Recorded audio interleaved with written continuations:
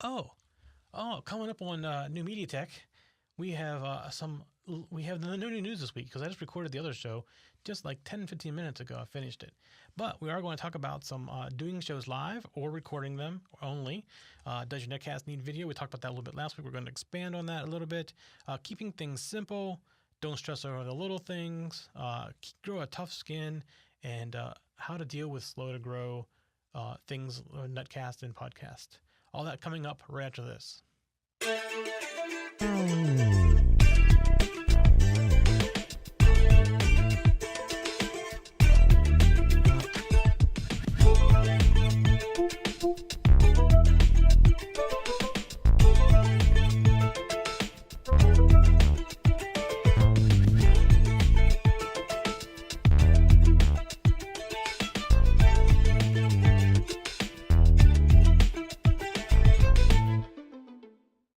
All right, it's time for another episode of New Media Tech. This is episode number 6, and this week is going to be a rather quick week. This show is pre-recorded because when this show is released, I'm actually going to be out of town and won't be around to release it on Monday, or record it on Monday. So I'm actually going to pre-record it, which I'm doing right now, and coming up, or 1 week closer to the NAB show. The NAB show is coming up. I can't wait to see what comes out of it.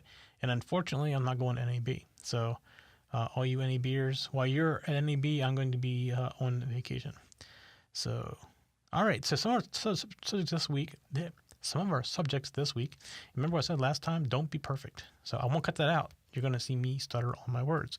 That's just part of being who I am, being part of the show. We do not over-edit our shows. It's just part of making it feel natural. All right. So we mentioned last week about live. Do you do it live or do you record it? And we didn't want to talk about this. We kind of buzzed right through doing things live or recorded. And so I have it down here live or Memorex. Those of you that are a little bit older will remember what that is. But I'm going to recommend Memorex. And the reason is doing things live tends to put a little bit more pressure on you to get things right the first time. Even if I don't recommend you make any changes. You left the mistakes in there. But in your mind, you're thinking like, I'm looking like an idiot in front of people sometimes if you think you're broadcasting it live. Even if you don't have anybody necessarily watching you while you do it, it just tends to be the case. So I definitely recommend recording it. And the whole thing is, I don't recommend you going back and deleting it. But if you think it's bad enough, you have the option to go back and delete it. And you can mess with it, edit it a little bit until you start feeling more comfortable in front of the microphone. Getting in front of one of these is very difficult for some people. It's even more difficult to get in front of one of those cameras right there in front of me. And but it gets easier. It does tend to get a lot easier. They become your friends very quickly. So I definitely recommend you just record it first. And maybe you want to record your first show as a demo show. You don't want to do it as a live show necessarily. It's definitely a possibility as well. And the thing about going back and playing it back, first of all, if you're doing it live, you still want to record it. So I'm not saying that. I'm just saying don't do it live via stream when you're first starting out, just for the first couple of weeks at least, until you feel comfortable with the process. If you're doing things via audio, you're probably going to have intro music, outro music, all that other stuff. And until you figure out how it all works and where you want to talk and all that, it's just better that you can focus on that versus focusing on who's live. Doing it live does present some nice things. It gives you a nice chat room. It's interactive with people in the chat room, and it's definitely a good way to go ultimately. So I just don't think starting out you want to do that. And we mentioned last week about video versus audio. Does your netcast need video? And that was basically what I was trying to get across last week. I must not have gotten that across quite the way that I thought I did. But you have to determine, does your netcast make sense without video? And I'd say for the bulk of things, they probably do. And it definitely would change your style of the show. If it's like, it makes it more of the talk style of show versus more of the show style of show. So that's something you have to decide. If you want to teach people how to do something that you need to see visually, then video is a requirement. And if that is the case, video is not necessarily expensive. I mentioned last week about webcams, and you can put multiple webcams on a computer, and they're on separate USB buses. You're probably not going to have any problem. And you can use some software to help control which one has it. So the software that I probably would recommend is like $500 though. So it's not necessarily inexpensive, but there is some less expensive software like XSplit Broadcaster that can do very similar things to what Wirecast would do. And that's what Wirecast is the one that's like $500. But you can also go out to like Best. Well, first of all, the advantage of doing that is they're USB, so they plug right into your computer, and nothing else is needed. You can go out and get a cheap camera like this. This is like $250. This is what I use on Let's Make It, and it just sits up here on this above me right here and faces down to look at the Arduino and everything, or whatever I'm working on that week. And it does a great job, and it looks great for $250. It looks great. The problem is this outputs HDMI, so that becomes another challenge to get the HDMI into your computer to switch it. And if you're using a laptop, there is external boxes you can buy to do that, but there's costs involved with that as well. So those costs start adding up, and you can get up quickly to more than $500. Now, what I use to get from this camera into the switcher is a Blackmagic HDMI to SDI, which is like $250 to $300 to buy. So that's in addition to the camera, just to get into the switcher. So it's something to consider. If you can just take a webcam and just face it down and find some way to mount it above, or if you're doing a two-person type interview where one's on you and one's on the person across from you, just turn them opposite directions. Use XSplit Broadcaster, which I think is like $60 is one of the options that you have, or you can go the whole way to Wirecast, and that's like another $400. And there's a couple of ones out there too that we'll talk about when we get to the software portion, but that's just one of your options you have if you think video is important in your show. All right. As I mentioned in the beginning, don't stress over the little stuff, which is why I said live is not a good thing. The mistakes you made, like I made mistakes in the beginning of the show, I won't cut them out. That's just the way I am. And that's just me. That makes me who I am, and I don't want to change who I am. So we're just going to do that. However, that being said, sometimes you have to grow a tough skin. I can say so far I've been lucky that I haven't gotten a lot of really bad comments that really rub me the wrong way, but I typically want rough comments to tell me what I need to fix. So if you ask somebody for what they think, be prepared for them to give you the honest answer, because if they're going to sugarcoat it, they're not going to help you. You want to know how bad or how good it really is. So that's just part of the tough skin part. Just don't let it go. So the other thing that's going to frustrate you starting out is it's going to be slow to grow. There is a ton of media out there now, and it's just getting more and more all the time. So how are you going to stand out? Which is part of what we're talking about with social media, figuring out who your audience is and figuring out where they are to go to them and get them to you can tell them that you're there, basically, is what we need to do at this point. So it grows very slow. Our shows have been growing. Well, we've been broadcasting since late December on a couple of our shows. And some of them are growing really fast, which is great, but some of them are growing kind of slow. And again, some of them are very niche market. I mentioned last week, Security Decoded. It's very focused towards IT professionals and very focused towards security professionals that deal with security. So we're not going to get like the average consumer out there watching us. We know that. And we know that going into it. There are some things like Security 101 we think should be every person should be listening to Security 101 to give security tips on how to protect yourself on the internet, things like that, how to protect yourself on your cell phone, all that stuff we're talking about in Security 101. It applies to everyone, but it doesn't reach everyone. I mean, I know so many people who don't even think about security on their phone, and I wish they would think about it. It would solve a lot of problems. But that's just part of our demographic. That's who we're targeting is everybody, and we're making it at the level that everybody can understand, but not everybody will get it. So it's something they have to consider.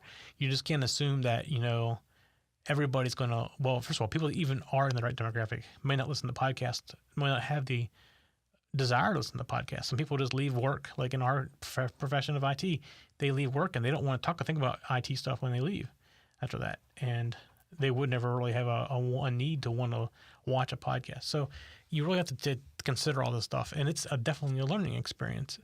I would not have assumed that Let's Make It would have been taking off as much as it did. However, I'm glad to see that. And we've actually recently gotten some interesting news from other people who want to rebroadcast it on local cable TV channels. So that's awesome. That's awesome for us. And we're Creative Commons. You can rebroadcast anything where you want. I don't really care. You're welcome to do that. That's just part of figuring out where your audience is. And that's something I never would have guessed, is that particular market, like a school and things like that. I thought it was more like a hobbyist type thing. So it's one of those things trying to figure it out. But it started out with slow to grow. Be ready for it to grow slow, and don't get frustrated by growing slowly.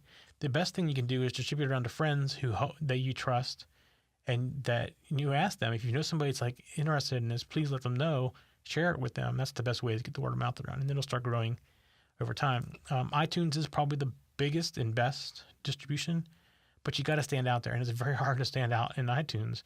Last week's show, I asked that people go out and they rate us and make comments in iTunes, and the reason for that is if you have no ratings and no comments, you're not going to be seen in iTunes. If somebody searches for you, you're going to not even see you. You have to be, have some ratings and decent ratings of that to get up in there, especially depending on how many people are in what you're talking about. Like if you go search for Arduino, we're up in the Arduino, probably in the first page of the Arduino. We got some good ratings out there.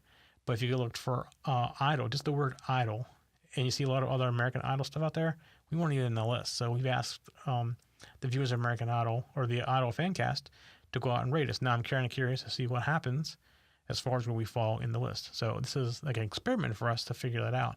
The same thing goes with YouTube and Stitcher. They both work exactly the same way. So you need to get into the communities of users that would be interested in your particular subject and try to get them to help you get into where you can get found by other people that are interested in the same thing as well. The one thing I wanted to mention last week that I totally forgot about is if you're going to start getting into internet broadcasting, there's actually an organization for internet broadcasters or association for internet broadcasters, and it's free to join too. It's the IAIB, the International Association of Internet Broadcasters, and I think it's ibroadcast.org. Let me just check that to be sure. ibroadcastnetwork.org is what it is. No. Let me go check this to make sure.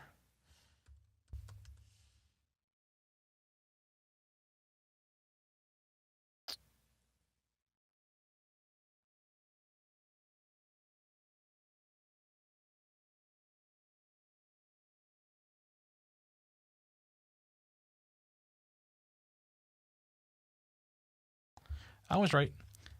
Just not coming up. It's ibroadcastnetwork.org. That is the site. And for some reason, it's not loading right now. This is the problem. That's why I'm back. Oh, there it goes. Now it loads. All right. So it's free to sign up there. Definitely recommend you go sign up. They have some great forums. They're, I think they're kind of in the early stages of the forums. They're not like a super busy forum, but there's great stuff in the forums. So you get to meet people that way. And that's the best thing to do as far as getting to learn and understand and just read what else is out there. There's lots of good stuff out there. So that's one thing. And I also wanted to mention that we just joined a new network, and this will start showing up on our website the next day or so. We joined Tech Podcast, and let's see. I'll give you that information too.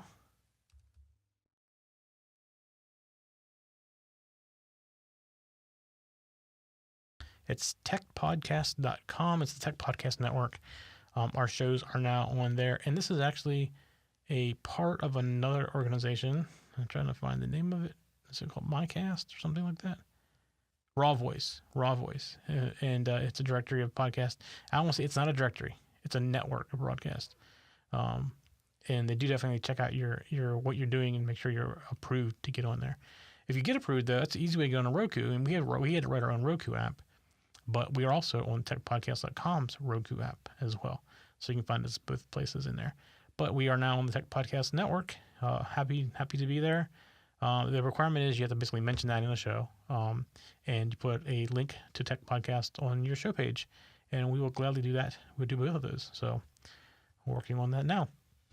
So that was the other thing I had for this week. Another news announcement. And let's see. What else did I have?